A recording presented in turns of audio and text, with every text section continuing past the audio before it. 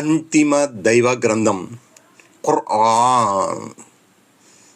9 అత్తౌబా పశ్చాత్తాపము. అఊజు బిల్లాహి మినష్ షైతానిర్ రజీమ్. ఆయత్ నంబర్ 80. ఇస్తగ్ఫిర్ లహుం ఔ లా తస్తగ్ఫిర్ లహుం ఇన్ తస్తగ్ఫిర్ లహుం سبعين مرة فلن يغفر الله لهم ذلك بأنهم كفروا بالله ورسوله والله لا يهدي القوم الفاسقين. ఆయత్ నంబర్ 80. ఓ ప్రవక్త, వారి మన్నింపు కోసం నీవు వేడుకున్నా వేడుకోకపోయినా ఒక్కటే. ఒకవేళ నువ్వు 70 సార్లు వారి మన్నింపు కోసం వేడుకున్నా సరే అల్లాహ్ క్షమించడుగాక క్షమించడు. ఎందుకంటే వారు అల్లాహ్ పట్ల ఆయన ప్రవక్త పట్ల తిరస్కార వైఖరిని అవలంబించారు.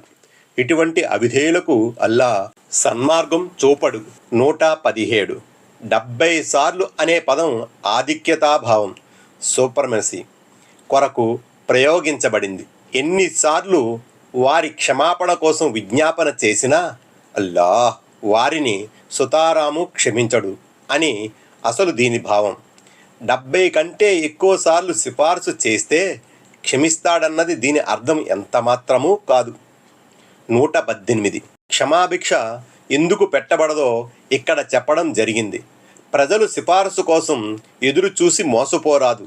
విశ్వాసం మరియు సత్కర్మల మూలధనంతో వారు దైవ సమక్షములో హాజరు కావాలి. ఈ పరలోక సామగ్రి గనక లేకుండా పోతే ఎవరి సిఫారసు అక్కడ చెల్లనేరదు.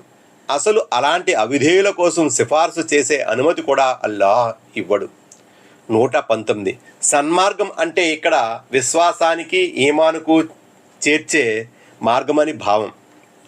మామూలుగా దారి చూపడం అంటే అది ప్రపంచంలో విశ్వాసులకు అవిశ్వాసులకు అందరికీ చూపబడింది.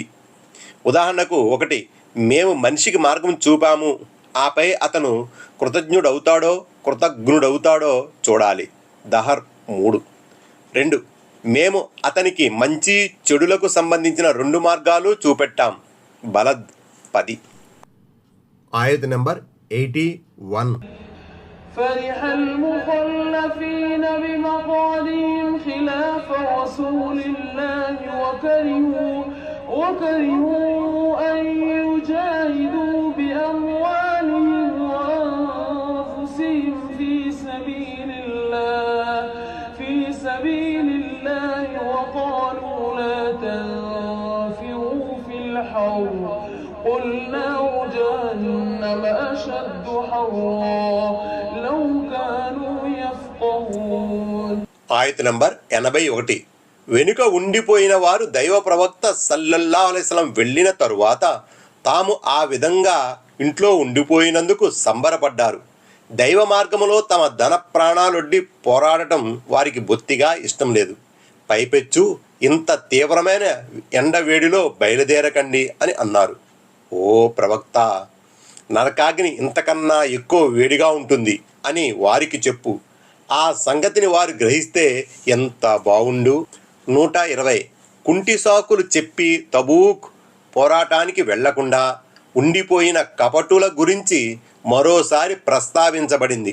మూలంలో ఖిలాఫ్ అని వచ్చింది. ఖిలాఫ్ అంటే వెనుక లేక వ్యతిరేకంగా అని అర్థం. దైవ ప్రవక్త సల్లల్లాహు అలైహి వసల్లం యుద్ధానికి బయలుదేరిన తరువాత కపటులు ఆయన వెనుక మదీనాలో ఉండిపోయారనో లేక ఆయన పద్ధతికి వ్యతిరేకంగా మదీనాలో ఉండిపోయారనో ఈ ఆయతుకు భావం. 121. నరకాగ్ని తాపం ముందు ఈ వేసవి తాపం లెక్కలోకి రాదన్న సంగతి వారికి తెలిస్తే వారు ఎంత మాత్రమూ వెనుక ఉండేవారు కాదు. ప్రపంచంలోని ఈ వేడి నరకాగ్ని వేడిలో 70వ భాగం అని, ప్రపంచంలోని ఎండవేడి కన్నా నరకాగ్ని వేడి 69 రెట్లు అధికంగా ఉంటుందని హదీస్ ద్వారా తెలుస్తుంది. సహీ బుఖారీ బదవుల్ ఖల్క్.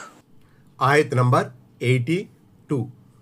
فليضحكوا قليلا وليبكوا كثيرا جزاء